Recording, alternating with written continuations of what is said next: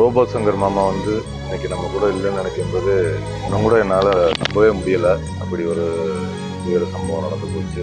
ரொம்ப மனசு கஷ்டமாக இருக்குது. இந்த நேரத்தில் அவர் பிரிவை வந்து வாடும் அவரோட தமிழ் ரசிகர்களுக்கும் அவரோட குடும்பத்தார் நண்பர்கள் எல்லாருக்கும் ஆழ்ந்த இரங்கலை தெரிவிச்சுக்கிறோம்.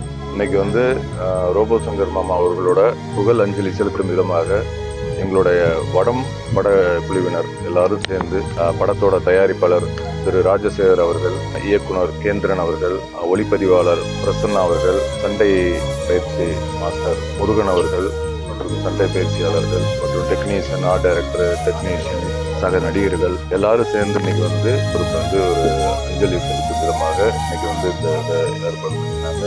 இன்னைக்குமே அவர் புகழ் வந்து என்னைக்குமே நிலைச்சு நின்றுகிட்டே இருக்கும்.